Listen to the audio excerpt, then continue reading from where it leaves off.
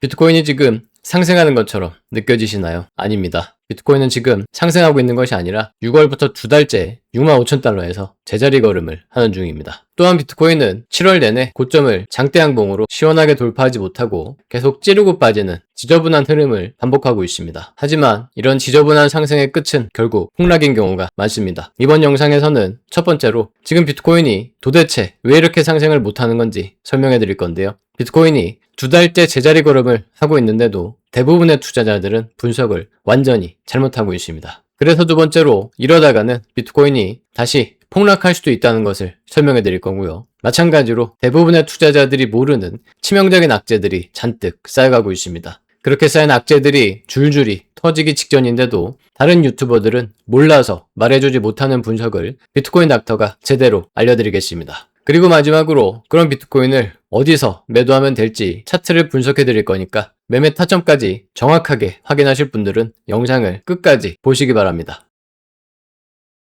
첫 번째로 지금 비트코인이 도대체 왜 이렇게 상승을 못하는 건지 설명해 드리겠습니다. 왜냐하면 지금 비트코인은 스스로 상승하고 있는 게 아니기 때문인데요. 7월 17일부터 비트코인뿐만 아니라 나스닥과 금값, 유가, 달러, 채권까지 대부분의 금융자산이 모두 다 상승을 했습니다. 그리고 21일부터는 비트코인과 나스닥, 금값이 동시에 하락하고 있는데요. 한마디로 비트코인은 지금 제도권 금융시장을 따라서 그냥 똑같이 움직이고 있을 뿐인 겁니다. 무슨 클래리티 법안이니 고래들의 매집이니 하는 것들 때문에 상승하는 게 아닌 거죠. 반면에 유가는 계속 상승 중인데요. 이건 비트코인이 폭락할 문제라서 잠시 후에 자세히 설명드리겠습니다. 그래서 비트코인은 지금 나스닥의 레버리지 코인으로 현물 매수세는 없이 선물 레버리지로만 거의 시세 조작이나 다름없는 억지 상승을 하고 있는 건데요. 화면에 보시는 보라색 라인이 선물의 미결제 약정인데 7월 내내 미결제 약정이 늘어나면 비트코인도 상승하고 미결제 약정이 줄어들면 비트코인도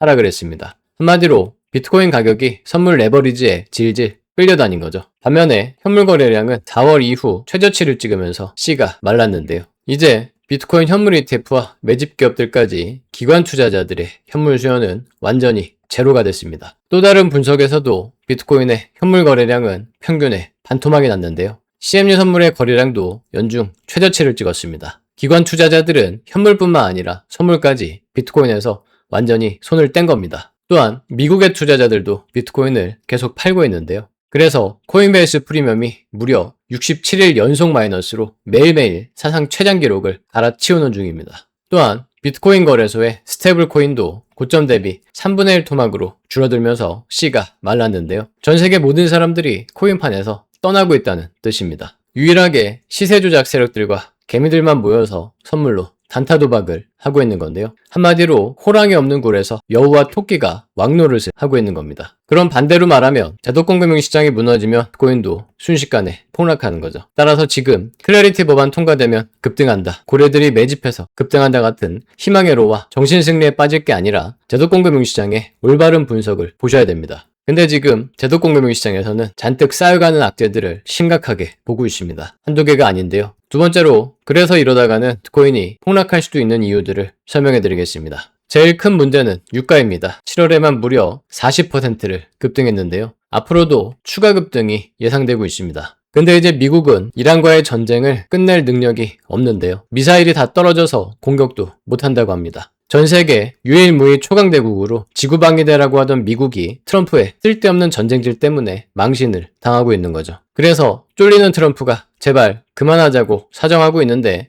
이란은 휴전을 거부하고 있습니다. 누가 봐도 미국이 지고 있는 전쟁이죠. 근데 문제는 전쟁이 안 끝나도 유가가 급등하지만 휴전을 해도 유가가 계속 상승할 수 있다는 겁니다. 왜냐하면 트럼프의 전쟁질 때문에 호르무즈를 통과하는 선박들의 보험료가 급등했고요. 이란은 트럼프가 입만 살아있는 이빨 빠진 호랑이라는 것을 알고 호르무즈에서 통행료 받을 준비를 하고 있습니다. 그래서 앞으로도 유가가 계속 높게 유지되면 물가도 계속 높아지고 연준의 금리 인상 확률도 높아지게 되는데요. 이미 금리 인상 확률은 치솟고 있습니다. 당장 7월에 깜짝 인상 확률이 30%를 넘은 가운데 9월 인상은 거의 확정이고 12월에도 추가 인상 확률이 급증하고 있는데요. 그래서 30일부터가 비트코인의 운명이 결정되는 날입니다. 제일 먼저 새벽 3시에 연준이 금리 결정을 하는데요. 만약 연준이 금리 인상 확률을 조금이라도 높이면 비트코인은 폭락을 시작할 겁니다. 비트코인뿐만 아니라 나스닥도 무너질 건데요. 최근 구글과 테슬라 등 인공지능 기업들의 현금이 마이너스로 떨어지면서 나스닥의 저점이 무너지기 직전입니다. 이 와중에 연준이 금리를 결정한 직후에는 30일 밤에 미국의 성장률과 물가지표가 발표되고 바로 이어서 마이크로소프트, 메타, 애플, 아마존까지 실적을 발표하는데요.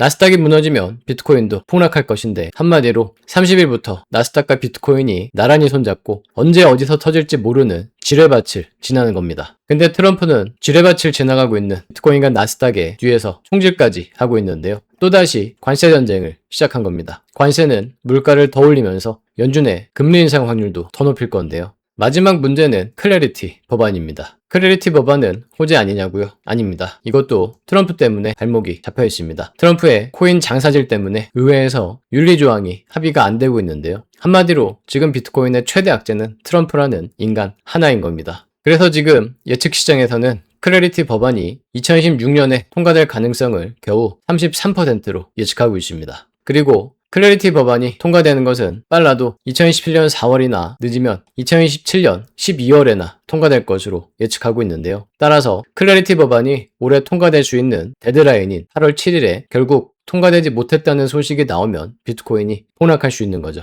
게다가 언젠가 클래리티 법안이 통과된다고 해도 비트코인이 상승하는 것이 아니라 오히려 폭락할 수도 있습니다. 왜냐하면 코인파는 이런 일이 있을 때마다 항상 호들갑만 떨었는데요. 비트코인은 지난 10년 동안 CME 선물 나오면 급등한다. 벡트 나오면 급등한다. 선물 ETF 나오면 급등한다. 지니어스법 통과되면 급등한다 등등 매번 희망의 루를 돌리고 정신승리를 했지만 결과는 보시는 것처럼 전부 다 폭락이었습니다. 유일하게 현물 ETF가 나왔을 때만 4년 사이클에 상승장과 겹치면서 상승했었지만 지금 비트코인은 결국 2011년 선물 ETF가 나왔을 때보다 더 낮은 가격인 6만 달러에 불과합니다. 무려 5년 동안 상승하기는커녕 오히려 하락한 거죠. 실제로 지니어스 법안도 통과만 되면 비트코인이 폭등할 것처럼 난리를 쳤었지만 지금 1년이 지나도록 바뀐 건 아무것도 없습니다. 따라서 비트코인 투자자분들은 클래리티 법안만 통과되면 급등할 거다. 고래들이 매집하고 있다 등등 희망의 로와 정신승리에 빠지기보다는 7월 마지막 주에 제도권 금융시장 이슈들 결과에 집중하셔야 됩니다. 연준의 금리 결정과 미국의 경제지표, 미국 기업들의 실적이 잘 나와서 나스닥이 살아나면 나스닥의 레버리지 코인인 비트코인도 계속 상승할 수 있을 것이고 만약 나스닥이 무너지면 비트코인도 폭락할 수 있겠습니다. 그럼 마지막으로 비트코인을 어디서 매도하면 될지 차트를 분석해 드리겠습니다. 차트에서는 지금까지 말씀드린 이유들 때문에 최대 57,700달러까지도 다시 하락 조정이 발생할 수 있겠는데요. 만약 57,700달러까지 깨지면 4년 사이클 이론에 따라서 최대 10월에서 11월까지 5만 달러와 4만 달러를 향해 갈 수도 있습니다. 그래서 단타 매매를 하시는 분들은 67,000달러 위에 손절을 설정하고 63,700달러가 다시 돌파될 때 매도 포지션을 진입해서 1차로 62,400달러, 2차로 61,200달러, 3차로 57,700달러까지 하락 목표가를 잡아볼 수 있겠는데요. 만약 57,700달러가 깨지기 전에 나스닥이 다시 살아나면 비트코인도 반등할 수 있겠습니다. 하지만 비트코인이 63,700달러를 다시 깨지 않고 나스닥도 7월 말에 살아나면 67,000달러까지 빠르게 반등할 수도 있겠는데요. 67,000달러도 돌파되면 63,700달러에 손절을 설정하고 매수 포지션을 잡아볼 수 있겠습니다. 이어서 67,300달러까지 돌파되면 그때부터는 진짜로 상승 추세가 시작될 수 있겠는데요. 2025년 10월부터 이어진 하락 추세선을 벗어나서 1차로 정고점인 82,900달러까지 상승할 수 있겠습니다. 하지만 마지막 고비가 남아있는데요. 68,000달러는 단기 투자자들의 평단가로 본절 물량들이 쏟아져 나올 겁니다. 따라서 비트코인이 완전히 상승 추세로 바뀌기 위해서는 제도권 금융시장의 악재들이 해결돼서 달러가 하락하고 나스닥이 상승해야 됩니다. 비트코인 닥터의 구독자님들은 7월 말과 8월 초까지 올바른 분석으로 매매하셔서 좋은 결과가 있으시기를 바라겠습니다.